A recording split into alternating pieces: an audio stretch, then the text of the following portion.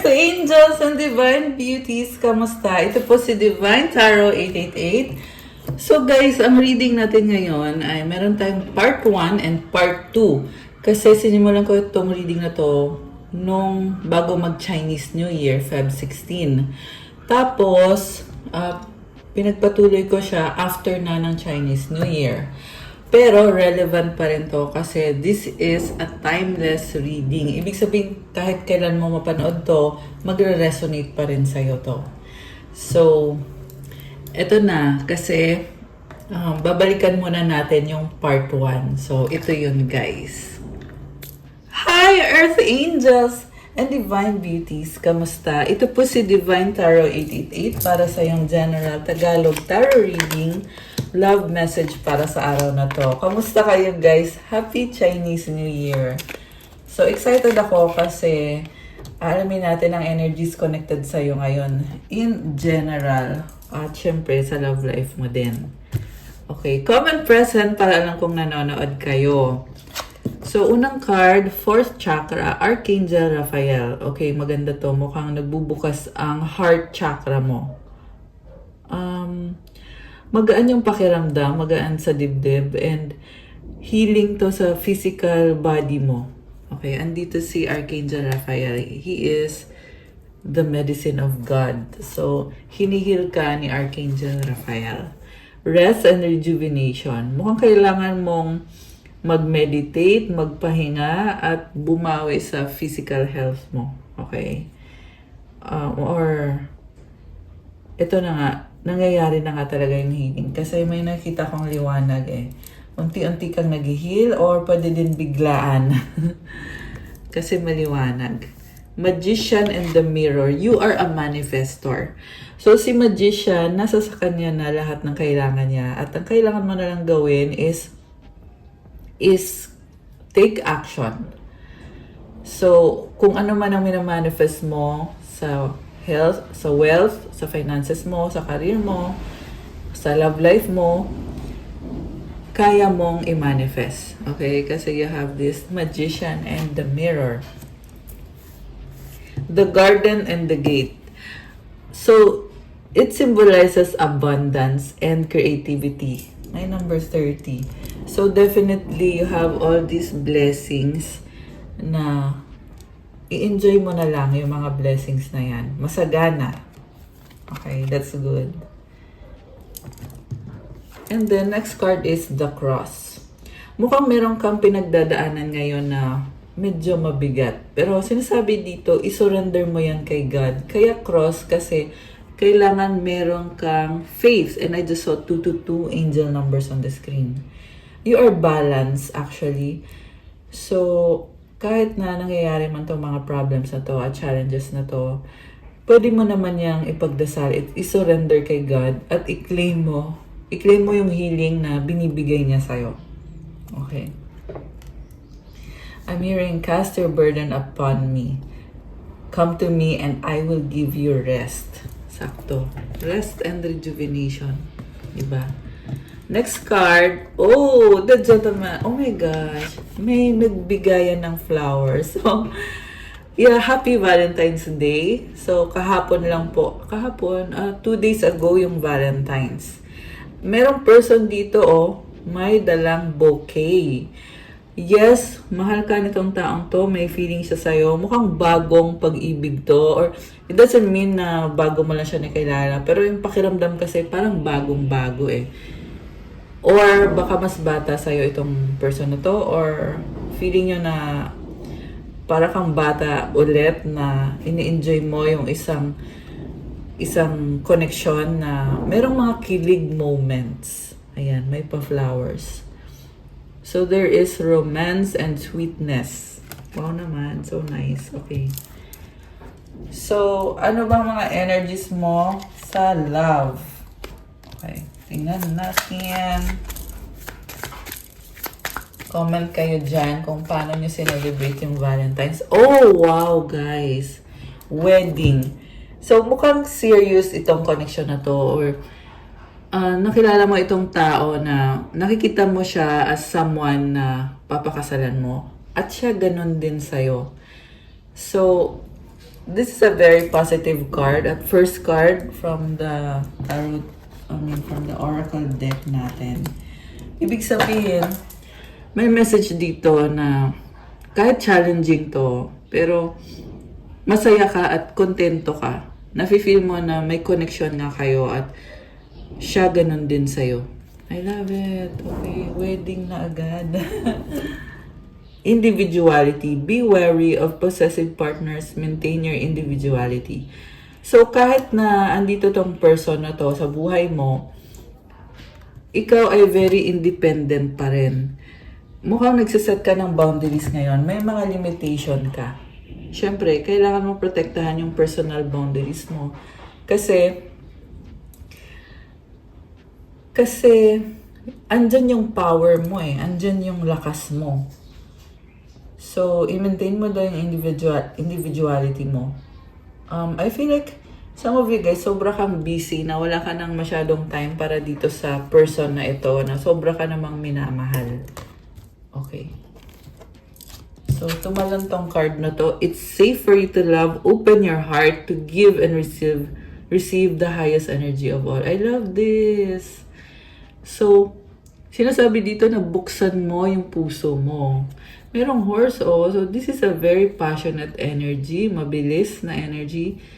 And the year of the fire horse is coming in, di ba, today. Kasi Chinese New Year. So, I feel like kasabay nitong pagbabago ng Chinese zodiac, meron ding bagong simula na sinasabi sa'yo, huwag kang matakot magmahal. Buksan mo ang puso mo. Kasi pag sarado kasi yung puso mo, hindi mo ma-appreciate yung love. Diba? So, you need to be a little bit vulnerable. You need to speak about your emotions. Pero may nafe-feel ako dito guys na magaan yung pakiramdam mo eh. Kasi andito din kasi si Archangel Raphael at connected din to sa heart chakra mo. So, I love it. Congrats. So, nafe-feel mo ngayon na safe magmahal. Okay? Or nasa tamang tao ka. Relax. Oh, relax ulit. Kanina, rest and rejuvenation. Ngayon, relax. Find joy in the simple pleasures of just being together. So, parang wala kang ka-problema. Okay. Charisma, love flows to you. You radiate charisma and charm. Grabe, ang lakas ng dating mo. So, enjoy mo lang tong moment na to. Okay? You're very charismatic. Maraming naa-attract sa energy mo kung ano ka.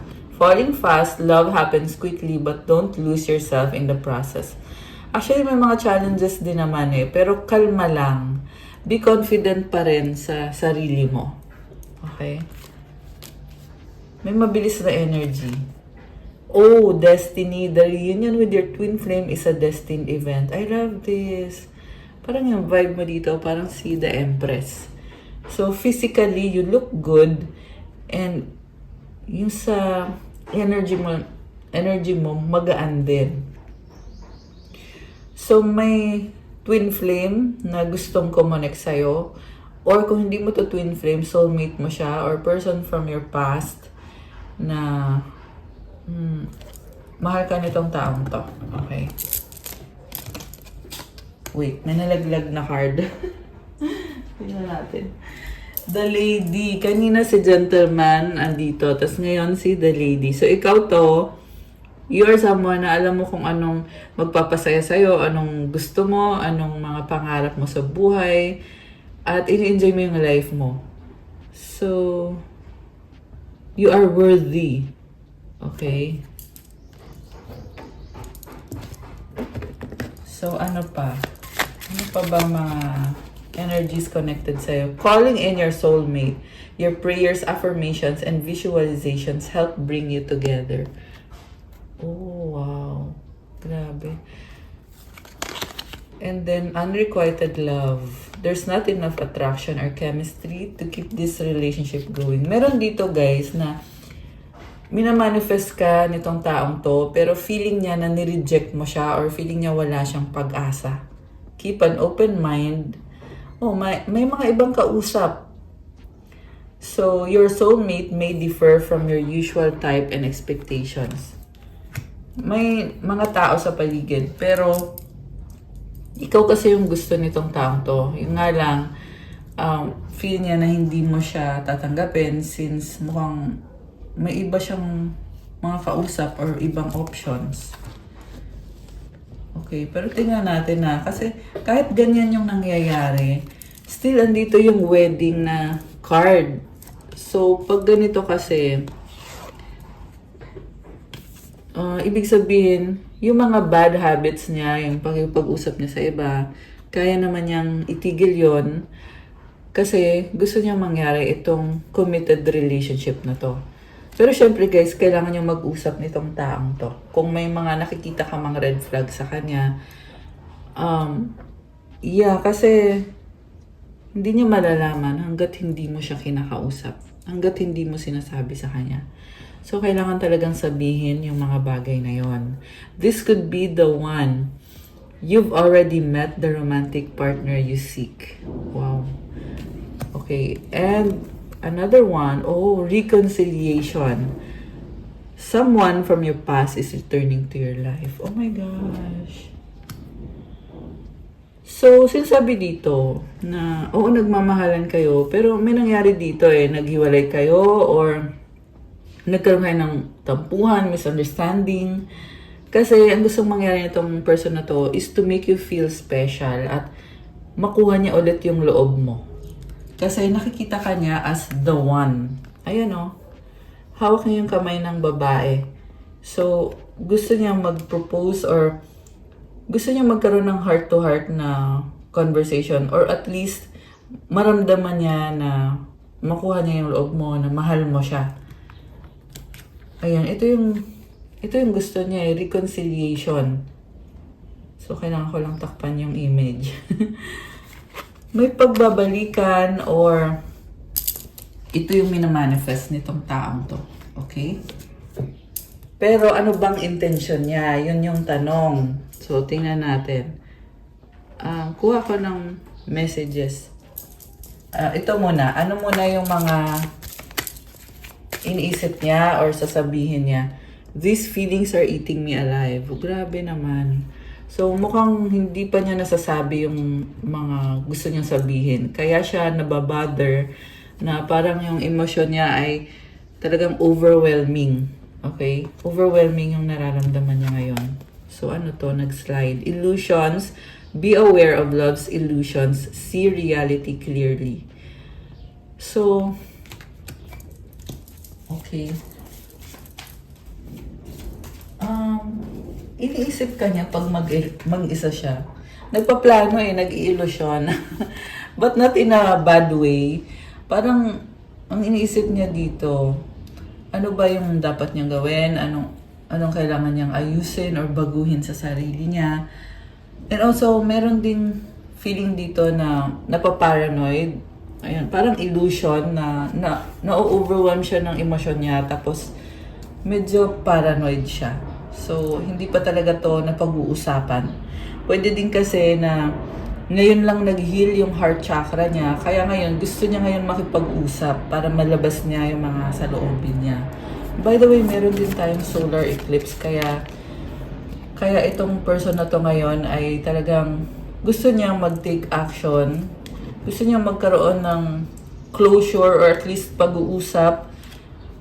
Pero yung closure na gusto niya is magkabalikan kayo or magkaayos kayo. Okay? Merong nag-heal sa kanya na pwede kasing binaliwala ka niya tapos ngayon nag-heal na yung heart chakra niya. So, naliliwanagan siya ngayon at gusto niyang ayusin yung mga pagkakamali niya. Pero guys, syempre, kailangan i-analyze niyo din yung situation kung worth it ba talaga na mangyari itong pag-uusap na to or hindi. Kasi kahit sabihin na natin nga na oo, maganda nga yung cards, pero depende pa rin yan sa personal na sitwasyon ninyo. Okay? Kasi ito po ay gabay. Napalike po ng video kung hindi nyo pa nalalike at kung nanonood pa rin kayo ngayon, Comment kayo dyan, let me know para masagap din natin yung kwento ng buhay nyo at ma-acknowledge nyo na kailangan nyo ng gabay. Kailangan nyo ng ganitong klase ng readings.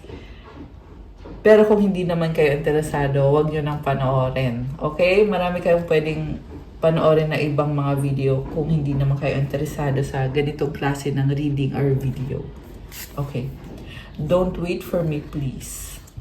Ano pa? Why do I deserve someone like you? Marami din siyang tanong. Yeah, medyo paranoid yung nakakita ko sa ngayon. Okay. One more. Ito. It hurts so much. Grabe. Marami siyang painful memories. Drugs and alcohol. So, ito pala yung dahilan.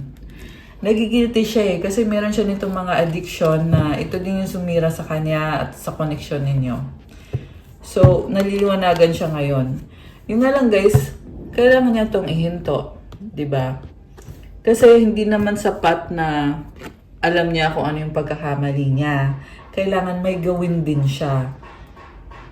Pag binago niya, saka palang mangyayari din yung mas intense na healing. Okay?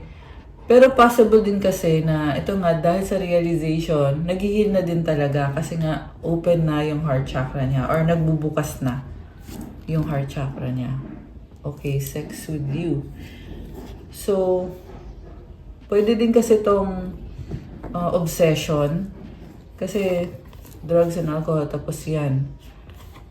So, may obsession siya sa'yo. Pero may nakakita din ako na meron din siyang obsession sa iba. Ayan. Take it how it resonates. Hindi naman sa lahat magre-resonate. Kasi, remember, general reading po ito. Pero kung nagre-resonate naman, comment po kayo.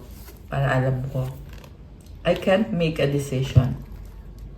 So, nasa point siya ngayon na natatauhan siya na ito nga yung pagkukulang niya, ito yung maling ginawa niya, ito yung ugali na kailangan niyang tanggalin sa sarili niya. Pero nasa point pa siya na hindi siya makapag-desisyon. Kasi decision din talaga yung kailangan para umusad. So, meron din kasing iba guys na ayaw talagang mag-desisyon. Kumbaga, mas gusto nila na ganun lang sila. Kung may mga pagkakamali sila, hahayaan na lang nila kasi hindi mo naman mababago kasi nangyari na. So, ang masasabi ko lang dyan, hindi mo naman kailangan balikan na yung nakaraan. Okay? Focus na lang sa kung ano yung meron sa ngayon. At yun, sa present na lang. Present moment na lang. Para din sa ikakagaan ng loob at isip. So kung meron naman dito na gustong kalimutan na yung nakaraan at ipagpatuloy nyo yung healthy relationship ninyo, then nasa sa inyo yon. Siyempre, kung mahal mo yung tao, di ba? Kasi hindi mo naman din gagawin yan kung hindi mo naman pala mahal. Yun ang mahalaga. Ayan. So, kasi nakikita ko sa taong to na parang ayaw na niyang ungkatin yung nakaraan. Which is, tama lang din naman yun. Tama lang din naman na let it go and focus sa kung anong meron kayo ngayon. Yung iba kasi sa inyo, ikinasal kayo sa taong yan. Yung iba, walang kasalan, pero andun na yung expectation nyo na kayo na nga. Okay? So, meron din dito guys na pa-level up kasi yung relationship. So, alam nyo din na at the end of the day or balang araw, dadating din kayo sa point na yon na magkakaroon ng kasalan. Okay, you were right. Life without you is hopeless, dark, and depressing. I miss your light. Grabe! So, you were right. Ibig sabihin, nagkaroon talaga ng pag-aaway or pwedeng nagsagutan kayo. So, ngayon, sinasabi niya ngayon na, oo, tama ka. Oo na, mali na ako, tama ka. So, ma-pride din kasi hindi niya maamin na tama ka at siya yung mali. Saka lang niya ngayon na appreciate lahat yan kasi nakikita niya na pag wala ka, talagang may kulang. So, medyo nade-depress, okay, nada-down. Kasi nakikita din niya or na-appreciate niya na ikaw yung nagdadala ng liwanag sa buhay niya. At nami-miss ka nitong taong to. Ayan, so may dumaan na airplane, padaanin natin. So it could also mean travel, guys. Na mukhang gusto nitong person na to na mag-travel, makita ka, masilayan ka. Wow, may ganon. Makita ka niya. Gusto niyang makausap ka. So, kung feel mo naman na parang hindi naman niya gustong makipag-usap sa'yo or makipagkita sa'yo.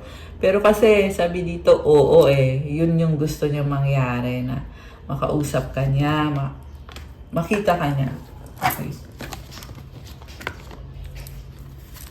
People don't believe in me. Ayun na nga. May trust issue kasi. I want to be different. So, medyo makulit din tong taong to, no? Kasi, in a sense na hindi niya masasabi yung mga needs niya in a healthy way.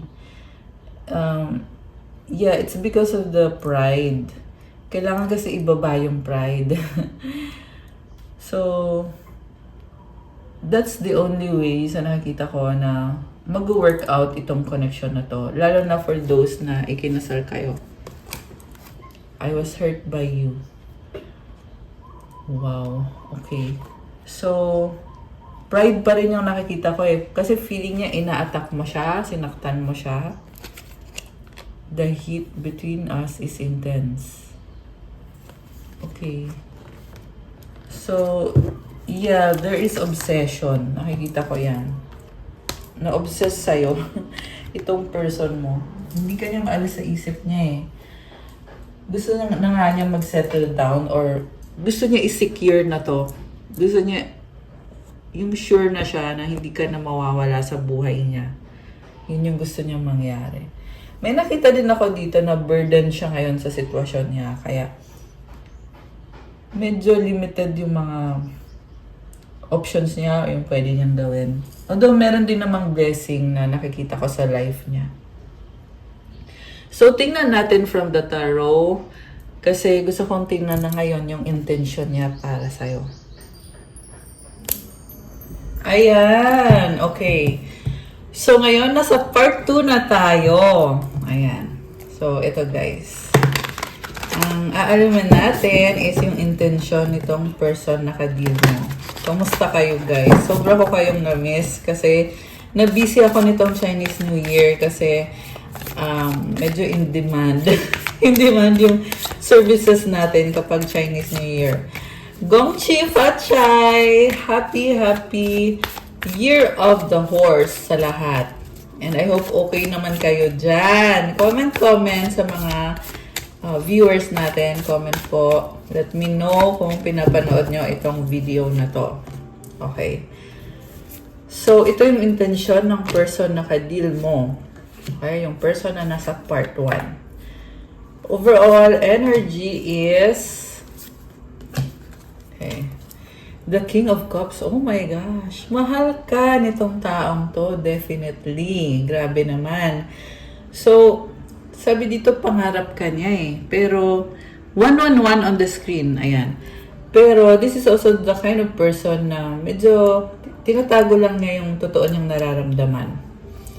Pero gusto ka niya ngayon. Ikaw yung happiness niya.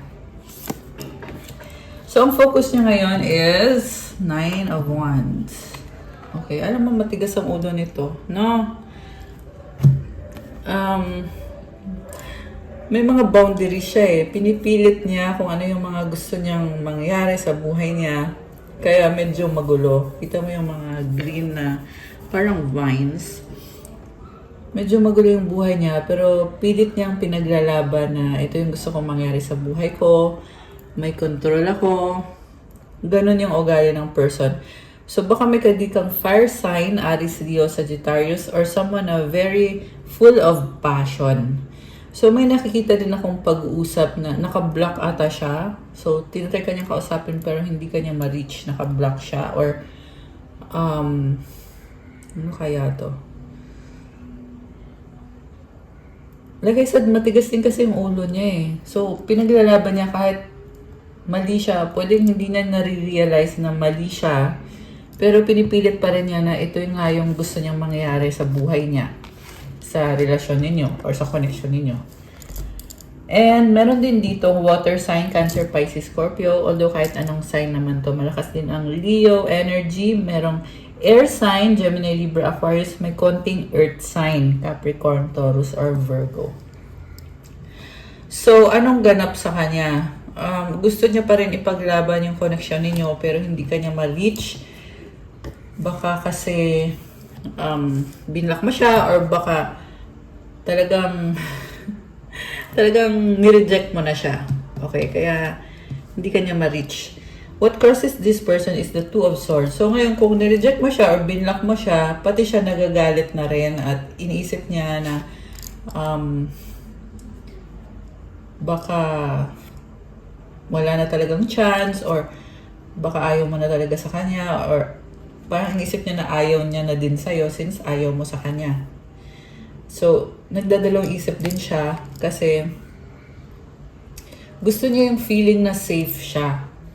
So, pag hindi kasi siya sure na tatanggapin mo siya kahit anong mangyari, siya mismo nagdududa na rin sa connection ninyo.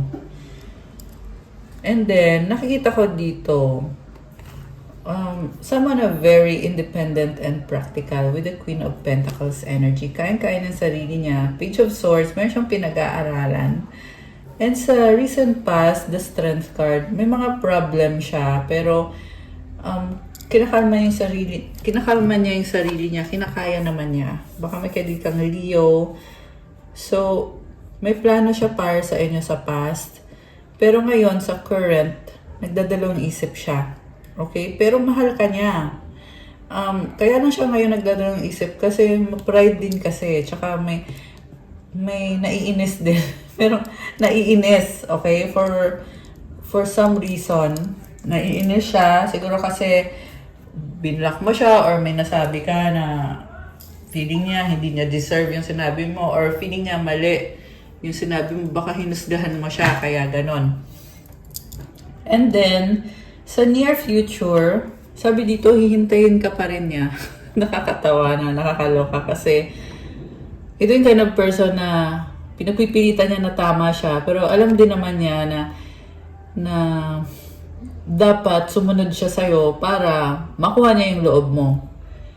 Kasi nare-realize din naman niya na hindi siya perfect, may pagkakamali siya, pero matigas nga lang yung ulo niya. So, kaya kayo hindi okay, or kaya kayo hindi nagkakasundo kasi ayaw niyang mag-give way sa'yo. Pero gusto kanyang makasama ngayon, as in ngayon mismo, ngayon na. Ito siya, si King of Cups. Nakakaloka siya. So, kung sino man to nasagap natin, let me know. I-comment nyo dyan, guys. Sabi dito, mahal ka niya. Also, one thing about this person is, may mga addiction siya. Merong umiinom dito eh.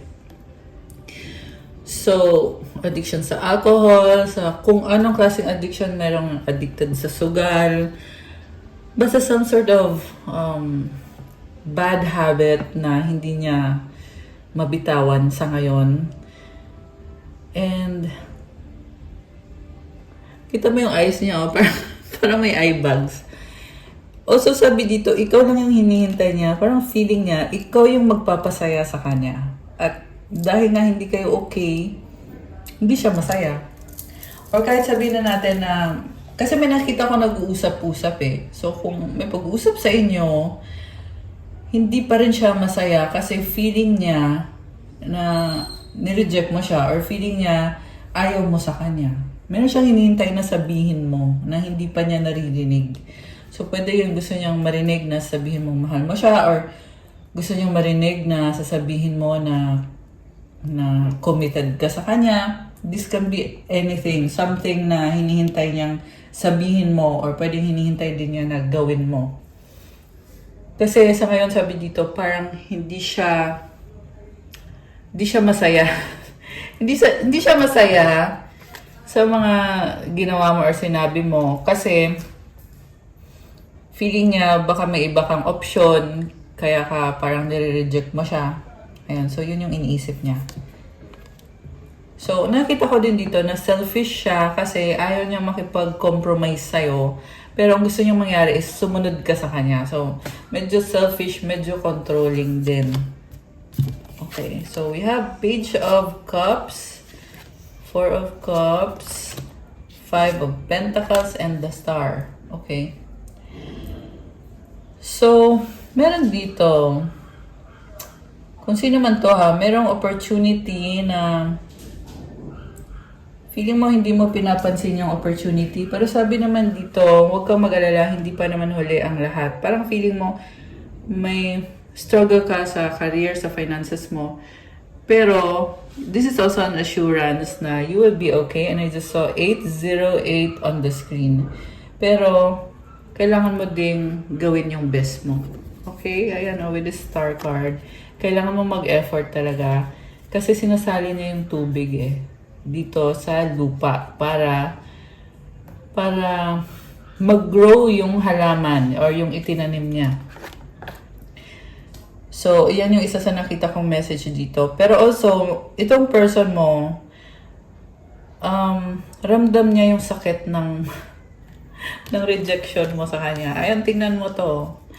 Kasi mukhang meron siyang in-offer sa'yo. Tapos ikaw, parang deadma ka sa kanya or sinungitan mo ata itong taong to. Kaya, ganito yung tingin niya sa'yo. Tingin niya sa'yo, hindi ka masaya sa kanya, hindi ka kontento, ayaw mong tanggapin yung offer niya sa'yo. And then, nakikita ko din dito na gusto niyang makipag-usap sa'yo ngayon. Pero, andun din yung fear niya eh. Hindi niya makuhang maging serious. Kasi, pag naging masyado siyang seryoso, masasaktan din siya. I see someone na sobrang sensitive yung damdamin nitong person mo. Or intense. Okay? It's either sensitive yung damdamin niya or intense masyado. Kaya siya natatakot mag-open up ng mga nararamdaman niya. Kasi pag ginawa niya yon, kunyari, nag-open up siya sa'yo, tapos nireject mo siya or hindi ka sumang-ayon sa kanya, di sobrang sakit nun. Kaya mas pinipili na lang niya na parang maging immature. Okay, so siguro nakikita mo sa kanya parang ang immature nitong taong to, hindi niya ako siniseryoso, parang ganun. Pero the reason kung bakit siya nagkakaganyan is to protect the feelings or the emotions. Para daw hindi daw siya mapahiya. So, merong naiwan sa lamig o nilalamig. Okay. Grabe, meron dito malungkot. Pero alam mo sabi dito, temporary lang yung lungkot. Kasi andito yung star eh. So the star is about blessing, wish granted. Pwedeng ikaw yan, pwedeng siya yan. Okay? Alam mo, ang nakikita ko dito sa reading na to is hindi man kayo okay nitong taong to, pero natuto ka ng malaking lesson at ganun din siya. Kasi star card yung pinaka-outcome dito sa reading na to. At yung lesson na yan is connected sa pagmamahal, sa happiness. And, okay, the chariot is here sa bottom of the deck. Wow! Nakakatawa. Kasi palaban ka eh. Nakikita ko sa'yo na kahit ito nga, intense nga yung nangyari dito sa connection na to. Pero, you are moving forward. You are transforming your life and yourself to be better. So, kaya sobrang nakakatawa. And I see the energy of the year of the fire horse. Kasi nasa fire horse na tayo ngayon, di ba? So, ayan, very positive. Andito yung Hierophant. So, you are also very spiritual. So, the death card is here. Baka ikaw ay Scorpio or may kadikang Scorpio. Merong Taurus. Merong malakas na Cancer energy, Aquarius energy. Although this can be any sign. Grabe. So, napaka-intense nito. Especially para dito kay Scorpio at kay Taurus. Kung yun man yung sign ninyo. Pero kahit anong sign guys, pwede dito. Pwede din kasi nasa moon sign mo yun, sun, moon, rising, or Venus sign mo yun. Okay. So anyway, nakikita ko sa'yo na palaban ka, you are moving forward, and yung sitwasyon na naging down ka sa isang sitwasyon, naging blessing in disguise. Ayan o, kasi death ending to eh. So, nada-down ka dito. Pwede din namang ito yung person na kadeal mo na nada-down, sobrang down. And this is also applicable, pwede itong sa career, pwede din naman sa love life, any situation na naging blessing in disguise. So, yung blessing in disguise na yon, ito nagbibigay sa'yo nito ang energy ng Chariot na talagang palaban. At sobrang blessing. Grabe. Okay. One last card. 8 of Cups. Wow. And the 4 of Wands. Oh! Wow naman. Mayroong engagement to. So, alam mo yung nakikita ko dito, meron kang tinalikuran, pero sa pagtalikod mo na yon, nahanap mo naman yung tamang tao. Pareho to sa love life at sa career. Okay? Kailangan mo talagang tumalikod at magdesisyon to move away or to release, to let go of the person or the situation. At mangyayari itong stability, commitment, happiness. Grabe. Malaking sacrifice. Pero it's worth it. 6 of Swords. You are moving towards calmer waters. So, kung nitong nakaraang taon ay talagang very challenging yung mga nangyayari sa'yo, nakikita ko ngayon na you are moving forward, very fiery and passionate. At namamayagpag. Wow, may ganon. Ang ganda. Ang ganda ng transformation na nangyayari sa'yo. So, ngayon alamin natin, ano bang mensahe ng mga angels mo? Diba? Ano bang kailangan mong marinig? Okay. Healthy mind! Come and claim healthy mind. Okay. Ano pa? Peace that transcends all understanding. So, ito yung mararanasan mo pag nasa sayo yung Holy Spirit. Mafe-feel mo na sobra kang peaceful. Yan ay dahil andyan yung Holy Spirit, binibigyan ka ng liwanag, ng guidance, at syempre, merong positive energy at inaalis yung mga bad energy. So, ibig sabihin, kailangan mong magdasal. Okay? Invite the Holy Spirit to be with you. So, kausapin mo si God. Okay? You are beautiful. Comment, I am beautiful. Cleansing energy. Meditation. Ayan, mag-meditation na kayo at mag-cleansing. Magpa-reading kayo sa akin kung gusto nyong malaman kung paano yung tamang pag-meditate at cleansing. Okay. Empowerment! Oh my gosh. Comment, claim empowerment. I am empowered. Oh wow! 888! This is all about money, money, money. Kaya comment nyo dyan, 888, damihan nyo ng 8 guys. I-claim nyo na to. You are empowered and you have this very abundant and wealthy energy. So, tanggapin nyo na yan. Diba? Success at the bottom of the deck. Oh my gosh. You are a manifestor. Comment, claim success. Comment, I am a manifestor. Alam mo, sinasabi dito, magpatuloy ka sa ginagawa mo kasi nasa tamang landas ka, marunong ka mag-manifest, at andito yung success. So, ayan, i-claim nyo yan guys, lalo na at kakapasok lang ng Year of the Fire Horse, di ba? I-manifest nyo yan, i-claim nyo yan. 1, 2, 3. So, ibig sabihin, hindi minamadali ang mga bagay-bagay, pero andito din yung 55-55, which symbolizes challenges and also change and transformation, moving forward strongly. O, di ba? May strongly. Third eye chakra, ibig sabihin nito, yung intuition mo ay tinutulungan ka para talagang pag-aralan yung mga desisyon na ginagawa mo sa buhay. Okay? Meron pa ba or wala na? Meron pa. O, ayan. Proverbs 16:3. Commit your works to the Lord and your plans will be established. Ibig sabihin nito, guys, ipagdasal mo yung trabaho mo kay God. Kasi, mangyayari daw yung mga pinaplano mo. So, yung dasal talaga ay napaka-powerful. Pag sinabi mo kay God yung mga intentions mo, yung mga plano mo, yung manifestation mo, talagang binibigyan niya sa'yo yun. Ginagabayan ka niya kung ano ang dapat mong gawin para ma-achieve mo itong mga plans mo. Okay? Meron pa ba or wala na? O yan, may crystals.